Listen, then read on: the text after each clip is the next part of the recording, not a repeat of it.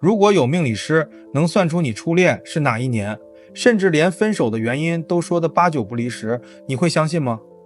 每个人的人生里大概都有过一段刻骨铭心的感情，也许是中学时下课后故意绕远路，只是为了在人群里多看他一眼；也许是大学里明知道可能会没有结果，却还是会心跳加速的那场暗恋；也许是工作以后遇到的那个人，让你第一次相信原来一见钟情真的存在。可回头再看，真正圆满的其实并不多。你会发现那段感情结束得很突然，又或者拖得很久，却依然让人心痛。时间久了，你可能会得出一个结论：跟你结婚的人未必是你最爱的人，那个让你彻夜难眠，让你流过眼泪，让你在深夜反复想起的人，也未必能陪你走到最后。于是你开始问，为什么？为什么有的人条件很好，感情却反反复复，婚姻迟迟定不下来？为什么有的人看似普通，感情却一直很稳定？为什么有人谈了很多次恋爱，却始终没有遇到人生中的正缘？看过上期节目的朋友应该还记得我提过一个词，边界感。可当我们这些普通人真正站在感情里时，又怎么可能那么理性？哪怕你很清楚自己在命局中的位置，财官在命局中的归属，可感情真的来了，又有几个人能控制住自己的情绪，说放就放呢？今天这一期节目，我们就从盲派命理的视角去拆解那些藏在命局深处被我们称之为缘分的因果逻辑。你一定听说过这样一句话：财星是男命的老婆，官星是女命的老公。如果一个人的命局里没有财星或者没有官星怎么办？又或者你的财官在原命局中恰好闭库了，难道这一生就真的没有姻缘了吗？当然不是。在盲派的逻辑里，只有当命局本身处在阴阳相对平衡的状态时，才会直接以财星或官星作为夫妻星。可现实是，大多数人的命局本身就并不平衡。盲派看阴阳很简单，木火为阳，金水为阴，土为中性。当一个人的命局阴阳失衡时，另一半的定位就不再只看财官，就去找与日主相反的五行。原则只有一句话：阳找阴，阴找阳。所以当命局中没有明显的财官星时，印食伤比劫都有可能成为夫妻星或配偶星，这是根据阴阳平衡法则来判定的。感情中男女之间的亲密关系映射到八字里，那个代表你身体的字就是禄。因此，谁能和你的禄发生关系，谁才是你命局中实实在在的配偶星。当确定了你的夫妻星之后，就看到了你这一生所能经历的所有缘分。在盲派里，看一个人一生会经历几段重要感情，方法其实非常直观。首先，你只需要看命局里的那个配偶星和代表你自己的体到底发生了几次关系，是相合，是相冲还是相穿，每一次都预示着一段刻骨铭心的缘分。命盘就像是一个剧本，发生了几次关系，就代表你的人生舞台上会走上来几个主角。其次，星的位置决定了出场的顺序。感情来的早晚，看位置就知道，如果配偶星出现在年柱，那往往是远方的或者极其早期的青涩缘分；如果它出现在时柱，那可能是一段姗姗来迟，甚至是在晚年才遇到的陪伴。为什么有些人你一辈子都忘不掉？当配偶星落到年柱时，它代表的是你的青春期，是你生命中最有活力、最容易动情的阶段，也是一个人情感记忆最容易被刻进骨子里的时候。在那个时间点遇到的人，哪怕最后没有修成正果，他也会成为你心中永远忘不掉的影子。不是因为他真的有多完美，而是因为他出现的时候，你正好是那个最灿烂、最敢去爱的自己。你想想，你忘不掉的真的是他吗？还是那段被点燃的青春啊？你真正想念的是当年的他，还是那个无忧无虑、天真烂漫却再也回不去的自己呢？很多人问我，老师，我跟他在一起，到底谁爱谁更多一点？大部分人看感情看的是性格，谁开朗谁主动，谁内向谁被动。但在盲派命理师眼中，爱情的本质其实就是你的体，也就是你的印比食伤禄和你的配偶星发生了关系。所以判断一段关系里谁更喜欢谁，谁更主动，谁更离不开谁，是看八字中体合用的作用方向、五行需求的强弱以及财官星的出处。在命局里真正能体现爱这种关系的，在五行关系中其实只有两种，一种是你生的，就像食神生财，如果你不喜欢它，你怎么会去生它？另一种是你缺少的，这就要看命局的配置和组合了。而这两者恰恰都是让命局重新趋于平衡的关键。所以你会发现一个很现实的规律，命中缺什么就会被什么吸引。如果你命局里缺少温暖，当你遇到一个阳光、热情、外向的人，你会本能的靠近他。如果你命局里缺少安全感，当你遇到一个能让你安定、让你有依靠的人，你会觉得这就是命中注定，这不是巧合，而是阴阳相吸，在感情中的一种自然体现。怎么看出你和对方之间是谁在追求谁呢？如果家里的财官跑到了家外，日主去合外面的财星或官星，这叫心向外求。这种情况，你就是那个主动追求的人。反过来，如果外面的财官主动跑进你的家里来合你的身或体，那就是对方先动心，你就是被追求的人。如果流年来的这个字既藏有代表配偶的星，又藏有代表归宿的印，当这个字出现时，命主与异性相遇往往会产生强烈的化学反应，瞬间确定关系。你们会感觉有一种似曾相识的宿命感，感觉在哪里见过。虽然今生是初次见面，这其实是前世认识的灵魂记忆，在当下的量子纠缠，这就是一见钟情。生在命理中代表一种无条件的付出和给予，谁生谁，谁就付出更多。如果男命用自己的体去生夫妻宫的配偶星，或者说命局中出现食神生财，而且生在家里，这种人往往会把伴侣当成孩子一样去疼，耐心迁就，付出几乎不计代价。如果夫妻星在家里生了命主的印星，代表配偶顾家负责，能给命主带来温暖和精神上的支撑。而最容易让人心痛的是这种，如果你生出的东西在外面生了别人的财，而对方却不回馈你，在现实里就很容易表现为单相思或者长期的卑微付出。一段关系里谁更喜欢谁，很多时候取决于谁更需要对方。命理里有一个很现实的判断标准，稀缺性决定价值。如果一个人的命局极度失衡，比如太寒或者太燥，而对方的八字正好补足了这一点，那么需求更强的一方往往爱得更深。命局一片阴寒的人会本能地被带有火气阳气的人吸引，这种吸引是生理和心理上的双重渴望，这个时候会更加依赖对方，注定会更痴情。如果你的配偶星是命局中最关键最贵的那个字，比如唯一的阳气或制衡点，你对他不是爱，是崇拜。在这种关系里，你永远是那个追随者。克和制代表管理与约束，如果命主用自己的体去制约夫妻星，这种关系中命主往往控制欲很强，甚至会通过否定打压对方来获得掌控感。而很多人理解的怕老婆或怕老公，本质并不是胆小，往往是因为对方是你的根基或源头。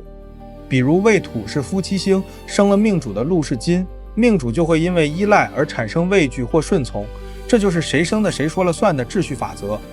如果日主和夫妻星出自同一个地支，这种关系往往是打不散的缘分，哪怕天天争吵也很难真正分开，更像是在续写一段前世未完的关系。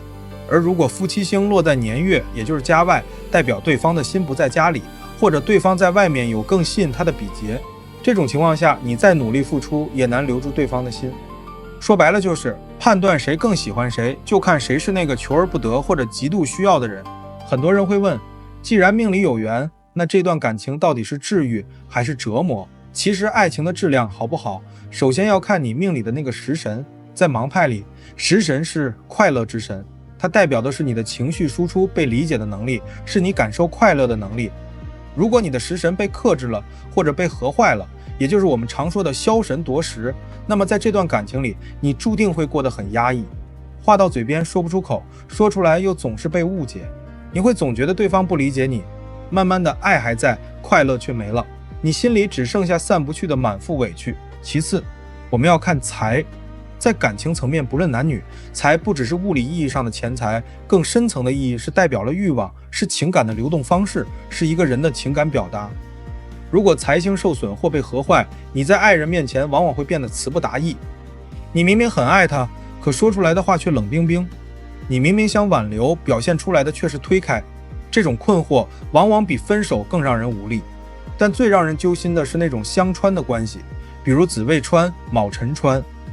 如果你的配偶星和你的体发生了相穿，这段感情就会带上一种强烈的虐恋色彩。你也知道这段关系不对，却怎么都放不下，有吸引有牵绊，但随之而来的却是无休止的互相伤害、冷暴力。这种爱情就像一杯毒药，让人慢慢上瘾，可你就是戒不掉。真正的爱情不仅是现实生活中的互相扶持，更重要的是灵魂上的共鸣和精神上的契合。真正的幸福源于两情相悦的精神享受，而非物质上的优越感。正如《小王子》的作者圣埃克苏佩里所说，爱不是彼此互相凝视，而是共同瞭望同一个方向。命理中，爱情的运行逻辑是生合化，而非克制。只有当心有所属，不再向外寻求诱惑时，才能体会到真正的爱情。真正的爱是呵护、化解与生助。如果你试图去控制、打压或考验对方，那便不是爱，而是占有欲。真正的爱是让对方感到舒服，而不是让他感到窒息。那什么是有缘无分呢？影响一段缘分发展的原因，在八字中是如何体现的呢？盲派命理把这种有缘无分拆解成了两个具体的场景。场景一，明明相爱却走不到最后，你们互相吸引，生活甜蜜，甚至已经在一起很久很久了，可每到关键节点总会出岔子，父母突然反对，工作异地变动，或者只是因为一个莫名其妙的误会，这种关系只能停留在爱情，却永远无法升华为婚姻。为什么？盲派里的解释非常直接，流年的配偶星虽然出现了，但是你的印没到。星代表人，印代表家，它只是你人生旅程中的一段缘。场景二，被第三者抢走了爱人，你以为你是他的唯一，结果走着走着，感情里就挤进了三个人。在盲派看来，这叫配偶星在进你家门之前被家败的比劫截胡了。命运中这种让你无可奈何的组合叫做比劫带印。比劫是你的竞争对手，而印是长辈的认可，是社会地位，是更优越的家庭背景等一系列更优秀的条件。年月上的比劫顺序本就比你靠前，再加上印的加持，现实中表现出来就是你爱的人最后娶了那个门当户对的人，或者他转身离开，选择了一个比你更有钱更有背景的对象。不是你不够好，是在命理的排序上对方拿到了优先权。接下来我们用一个真实命例去看看这些机制背后的因果逻辑。这是一个男命，庚戌、壬午、癸亥、丁巳。我们先看他的配偶星，在这个命局里，火就是他的另一半。你看，年柱有戌土里的丁火，月令有午火，时上是丁巳。火一共出现了几次呢？3次。这意味着他这一生会有3段刻骨铭心的缘分，而且每一处都跟他自己的体发生了关系，也就是说每一段都是真爱。第一段缘分是年柱戌土里藏着的那个丁火，这段缘分是怎么发生的呢？我们看年柱上有个庚金，这个庚金从哪儿来的？是从戌中来的，同时时柱巳火里也有一个庚金，也就是说家里有个庚金跑到了年柱上，月老牵的这条线，年上戌中的丁火就跟命主有了缘分。这个庚金本身代表的年柱的印，只有当这个印为命主所用的时候，命主才能遇上这段缘分。那什么时候命主能把这个庚金的控制权拿回来呢？是丁卯年。为什么是丁卯年呢？因为这一年丁火透天，命主就能见到这个女孩，同时亥水生卯木，卯木生丁火，食神生财，命主就喜欢上了这个女孩。天干上还有个财坏印，这个财坏掉的是年柱比劫的印，至印得权，庚金就为命主所用了。年柱代表命主的早年，所以我们可以推断戌土是学校，戌中的丁火就是命主的同学。这一年命主17、18岁，正是情窦初开的年纪。第二年戊辰年，戊土生庚金，化官生印，命主参加高考，这段恋爱不超过3个月就分手了。为什么呢？因为辰冲戌，辰土一来把戌土冲走了，戌中的丁火也就被冲散了。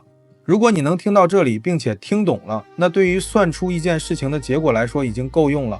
但如果你想知道更深层次的因果，想知道这段感情为什么会分手，为什么不是别的原因而是这个原因，那我们就要继续往下推理。现在我要带你做一件事儿，就是把这个命局里所有的人物关系全部还原出来。第一个问题，年柱上的庚金是谁？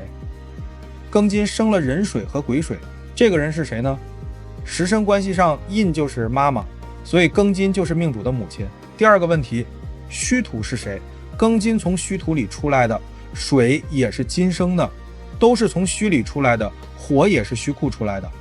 等于说这个命盘里所有的字，它们共同的出处就是虚，所以虚就是命主的家庭，也是命主的父亲。第三个问题，月令的壬水是几个人呢？命主日支的亥水翻上去一个，月令自己一个，加上庚金生的一个，3个人。除去命主自己的壬水，还有2个壬水的存在。这里我会下断语，命主还有2个哥哥或者姐姐。事实情况是命主确实有2个哥哥，他是家中最小的一个。第4个问题，家中的人物关系是怎样的？按顺序，庚金生壬水在先，生癸水在后。说白了就是妈妈有奶先给哥哥们吃，剩下的才给命主。妈妈爱哥哥大于爱命主。庚戌和壬午的关系是天生地合，午戌合是双方互相帮助，说明哥哥们跟家里关系好。而庚戌和命主癸亥的关系呢，是戌土克亥水，这种克制在现实中就是管理和约束，而且全盘所有的字都是家外的戌中出来的，或者是戌中金生的，所以命主不是一个有主意的人，什么事情都要让家长拿主意，整个命局庚戌说了算。这种所有的字都出自家外，或是家外的自生的命局，都是人在江湖身不由己。好，我们现在把人物关系理清楚了，接下来发生的一切就都在这几个人之间展开了。戊辰年甲木运，辰来了之后，日主癸亥是混局的状态，既有金生的，也有水库出来的，所以命主在这一年脑子里的思路是不定的，他有自己的独立思维，不完全受庚金控制。命主的甲木是从日支亥中出来的，是癸生的，甲木又生了丁火，形成了一个水生木，木生火的关系链。这个丁火就是戌中丁火，就是命主早恋的那个女孩。这段感情对命主来说已经不只是喜欢，而是整个人都陷进去了，爱得撕心裂肺。为什么这么断呢？甲木是命主的伤官，伤官是任性的，缺爱的，很执着的，这就是伤官的性格体现。如果是食神就不会这么义无反顾。关于伤官的性格，请去翻我之前的影片，伤官缺爱的孩子。命主是给女孩写信写情书的，为什么是写信呢？因为甲木代表书信，算命需要因时而变的，甲木作为一个象，并不是永远都代表纸张信件的。戊辰年是上世纪80年代末，那个年代没有手机，没有微信，没有电脑，没有邮件，更别说大哥大和寻呼机了。那个年代只有书信，情书又不是很紧急的事情，所以也不可能是电报。所以盲派相法本质上就是一种推理，一种逻辑严谨，需要很强想象力的推理模型，必须因时而变。同样一个字在不同的时空变量中，它代表的意义也不同。如果你单拿命局中的2个字来问，那就缺少了这个环境变量，你得到的答案永远似是而非。现在我们把视角切换到丁火上，这个地方要换象，戊辰就是丁火的伤官。对于土来说，只有长了木才有价值，所以丁火是非常希望甲木长在戊土上的。同时天干戊癸合，女孩用伤官合了癸水，说明丁火也是非常喜欢命主的。2个人都用伤官表达爱意，两情相悦。大家看看自己的命局，如果是配偶星出现的流年，恰逢被你的伤官生了，你是不是很爱对方呢？那他们为什么会分手呢？丁火生戊土，戊土生庚金，说的是女孩子这一年去找了命主的母亲，但是原局中戊土是从戌中出来的，这个戊土混局了，既有戌土的也有辰土的成分，所以流年来的这个戊土实际上是生不动庚金的。地支辰戌冲，命主的母亲就看不上这个戊土，没有同意他们在一起。同时天干甲庚冲金克木，这个甲木也是从辰中出来的，女孩给命主寄的回信就被庚金截住了，没有送到命主癸水的手上，这就是命主的第一段缘分。第二段缘分是月令的午火在原局中，地支午亥合，翻到天干上是壬水壬午合，天地都合住了。按理说这段缘分应该很长久了吧，我们往下推理，午亥暗合，甲己合，丁壬合，亥中甲暗生午火。那么当木火同宫的流年到来时，就是2个人缘分的开始，那就应该是壬午年2个人认识，癸未年2个人在一起。我们把这2年的情感路线拆解一下，先看看壬午是怎么合的。流年壬午说明午火头上本来就有一个壬水，这个女孩当时是有男朋友的，壬水代表2个人，这个壬水既代表月令比劫，也是命主日支翻上来的自己。合了地支的午火，说明第二段的这个女孩在这一年是同时交往了2个男生。地支午亥暗合，说的是命主在当时跟午火的感情没有公开，是一段偷偷发展的地下情。第二年癸未年，癸水是日主自己出来了，未中的火是木火，原局中命主的财就是木生的火，所以这一年两个人确立关系。癸未一柱同宫，癸水与丁火，这一年会同居，因为未土代表了房子或者居所，但是毕竟找的是家外的午火，就有被比劫劫财的风险。当比劫有利的时候，他们的缘分就会结束。坏就坏在月令比劫宫，壬水是金生的，比劫带印。你们说庚金生的是哪个水呢？命主有印就不会分手，比劫有印，这段缘分就会结束。时间来到甲申年，年干上庚金的禄来了，庚金生了壬水，比劫有印，比劫就会把午火合走，命主的感情在这一年就会结束。那么甲申一柱说的是金和木的关系，在地支上是申亥穿，申金至了亥中甲，原因还是在命主的母亲这里，正印至伤官对命主在精神层面的伤害跟枭神多时差不多了。因为是穿的关系，所以两个人分手的时候也非常仓促，一点小事就会成为两个人分手的理由。我们再看命主的伤官甲木，甲木坐在申金上虚透了，所以甲木生丁火也不真。分手的时候命主会找借口。第三段缘分是家里的巳火，这个火在家里应该是命主的了吧？整个命局中只有命主有木，所以当遇到木生火的流年，命局中的火就会被命主认领，命主就会有感情。再找下一个木火同宫的流年就是丁亥，命主第三段缘分的开始。你们说他这个家里的配偶星感情是否稳定呢？命主用日支的亥水是搞不定巳火的，因为巳亥冲，命主只能用丁壬合的方式搞定巳火，但还是比劫有印的原因。当时间流转到己丑庚寅，比劫的印见根的时候，庚金生水，这个丁巳就被月令的壬水给劫去了。己丑年，这个庚金由丑中透出的，所以分手就一定不是命主家里长辈的原因。丑里来的这个金不是命主认识的人，但也是印，那就是对方的家中长辈了。这三段缘分都经历过了之后就没有了。深层的原因是命主的夫妻宫本身就不稳定，日支被冲，婚姻宫本身就动荡不安，日支亥水被虚土克制，这个虚土就像个老法海一样，天干庚金生水，地支虚土克亥水，以爱之名压制着命主的感情。命主这一世一直都感受不到归属感，更关键的是命主没印，印代表正见家庭长辈认可，没有印就意味着缘分来了却得不到家里的认可，想结婚却总是条件不成熟，有感情却走不到领证那一步。这就是为什么命主经历了三段刻骨铭心的感情却始终成不了家的根本原因。虽然都没有走到最后，但这三段感情对命主的影响是巨大的。第一段是初恋，是青春期的感情，让命主第一次懂得了什么是爱，也第一次体会到了失去的痛苦。第二段是成年后的一段深刻关系，让命主看清了现实的残酷。这段感情可能让命主变得更加成熟，但也更加谨慎。第三段是命主的最后一段缘分，让命主几乎以为就是这个人了，但最后还是分开了。这段感情可能让命主开始怀疑，我这辈子还能遇到对的人吗？这些是我作为一个观察者，通过八字进入命主的世界所看到的。在他的世界中，这三段缘分是命主所要经历的。反过来说，命主也是这三位女孩人生旅程中的一段缘分。在你生活当中能控制很多事情，但有一件事情是自己控制不了的，这件事情就是感情。当你爱一个人的时候，你能控制自己的心不去想他吗？当你恨一个人的时候，你能控制住自己上头的情绪吗？问世间情为何物，直叫人生死相许，情到深处生死都拿来许了，人生还有什么事能大过生死呢？情能超越生死，这就是人性的本能啊。前世今生真的存在吗？如果你不信，那请你告诉我，为什么你会对一个第一次见面的人产生那种一见钟情的感觉？人这一生来到这个世上，是不是就在迷茫当中呢？